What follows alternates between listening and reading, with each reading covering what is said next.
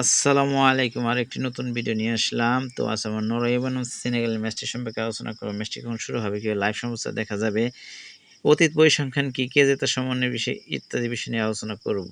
আর আমার চ্যানেল নতুন হয়ে থাকলে একটি লাইক দিবেন প্লিজ। নরওয়ে বনাম সেনেগালের ম্যাচটি 23 জুন 2026 তারিখে বাংলাদেশ সময় ভোর 7টায় অনুষ্ঠিত হবে। সরাসরি সম্প্রচার দেখা যাবে ইউএসপিএন এবং ফুটবল ফ্যান অ্যাপে।